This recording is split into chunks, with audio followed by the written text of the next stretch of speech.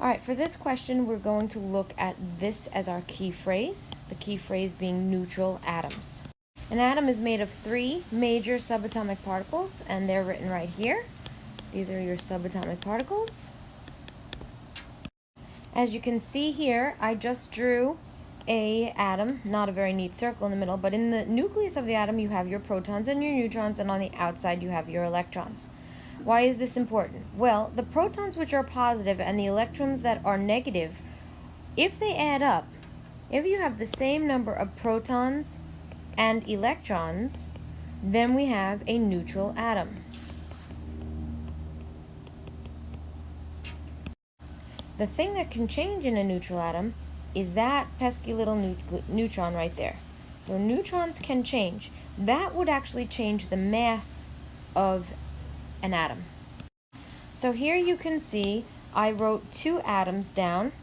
This one doesn't have anything written in the upper right hand corner, and nor does this one. So that means the charge is neutral. So if I make a list of all the protons, neutrons, and electrons, well, the protons are the atomic number, which is this number, 6. So it's 6 on this side as well. That's protons. The neutrons are the atomic number subtracted from the atomic mass. Let's get a pointer. So it's this number minus this number.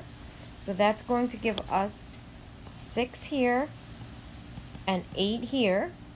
And the electrons are equal to the number of protons because it's neutral.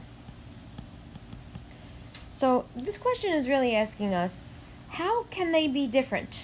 Well, we see that the protons are the same. We see that the electrons are the same. What's different is the number of neutrons. So I'll get out a little highlighter here, and we'll highlight the answer of neutrons for this question.